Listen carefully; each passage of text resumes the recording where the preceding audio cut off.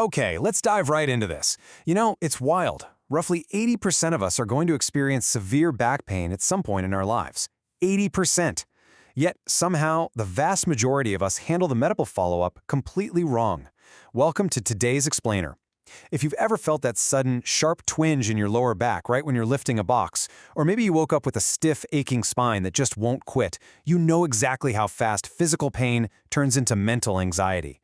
It's like a switch flips in your brain. Well, today, we're going to completely flip that dynamic around. We're going on a journey, transforming you from an anxious, uncertain patient into a fully empowered, proactive advocate for your own health. By looking closely at official guidance, we'll break down exactly how you can take total control of your medical care using back pain as our primary example. Let's get to it. So here's our roadmap for the explainer today. First up, decoding your back pain. Second, finding reliable health answers. And finally, acing the doctor visit. This right here, this is your playbook for turning medical uncertainty into total clarity. Section 1. Decoding your back pain, where we evaluate your symptoms. So back pain is incredibly common, it's universally frustrating, and honestly, it's entirely valid to feel freaked out when your back hurts. I want to pose this critical question directly to you. When is back pain actually serious enough for a doctor?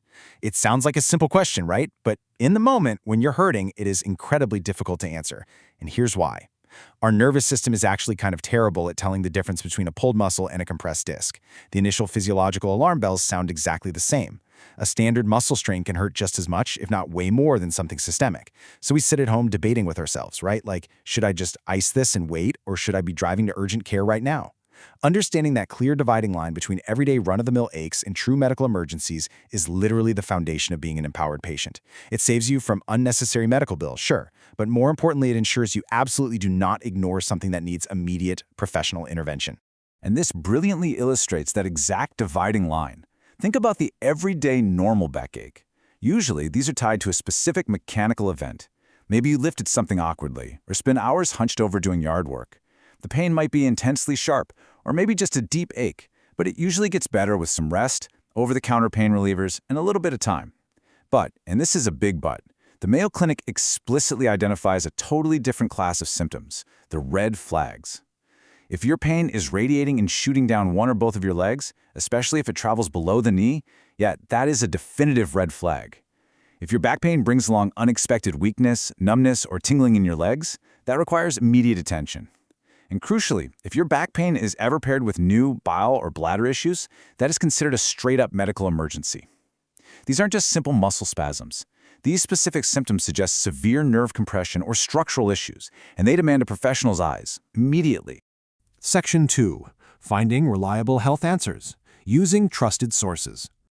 Okay, so once we identify our symptoms, what's the very first instinct for almost all of us? We pull out our phones and search the internet. We all know the danger of Dr. Google, right? You type in sore back, and 5 minutes later, you're entirely convinced you have some rare 19th century Victorian disease. It's crazy. The internet is just flooded with unverified medical advice, forums packed with worst-case scenarios, and companies trying to sell you miracle cures disguised as research. That is exactly where Medline Plus comes in. Medline Plus is the official, government-vetted health information portal, and you access it through usa.gov. I want you to think of this portal not just as a website, but literally as your digital shield against medical misinformation. When you use a vetted resource like this, you're instantly filtering out the noise, the panic, and those algorithmic sales pitches. You're getting high-quality, peer-reviewed data about symptoms, conditions, and treatments that you can actually trust, setting the perfect stage for a productive medical encounter. So the crucial point is captured perfectly right here. Rely on official guidance for reliable health information. It seems incredibly straightforward, I know, but it actually requires a fundamental behavioral shift from all of us. When you feel a symptom, your first stop should not be a random social media video. By anchoring your preliminary research in an official portal, you achieve something absolutely vital. You lower your own anxiety. Plus, you equip yourself with the correct medical terminology. And let me tell you, this matters immensely, because when you use official terminology, doctors instantly recognize you as a rational, objective patient rather than a panicked WebMD scroller. You learn what the standard protocols actually are, and you build a solid, factual foundation.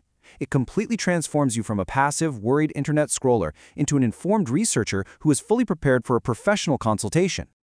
Section 3. Acing the doctor visit. The executive briefing. We're going to completely shift our mindset here. You are no longer just going to the doctor. No, you are conducting a high-level executive briefing with a specialist. Let's break this down and see how it builds into a highly actionable, chronological strategy based on guidance from OrthoInfo. Listen, if you're going to see an orthopedic specialist, you cannot just show up and wing it. Look at step 1. Write down your symptoms. Why write them down? Because subjective pain is super easily dismissed, but documented timelines, that is hard data. When did it start? Is the pain sharp or dull? What makes it better or worse? Step 2 naturally follows that. Gather your medical history. Specialists need context to make accurate diagnoses. Past injuries, surgeries, family history, it all paints a comprehensive picture of your biological baseline. Finally, step 3. Draft specific questions. Do not wait for the doctor to simply tell you what they think you need to know. Go in with a distinct agenda. What is my exact diagnosis? What are my non-surgical treatment options? What's the realistic timeline for recovery? Preparing these 3 steps takes maybe 15 minutes at home, tops, but it completely changes the power dynamic of your appointment. To make this as easy as possible, we've distilled this preparation into the executive appointment checklist. If you're the CEO of your body, and you are, these are the critical documents you bring to your board meeting. First up, official medical records. If you've had x-rays, MRIs, or blood tests done elsewhere, do not just assume the new doctor has magically received them. Bring physical copies or make absolutely sure they were electronically transferred ahead of time. Second, comprehensive medication lists.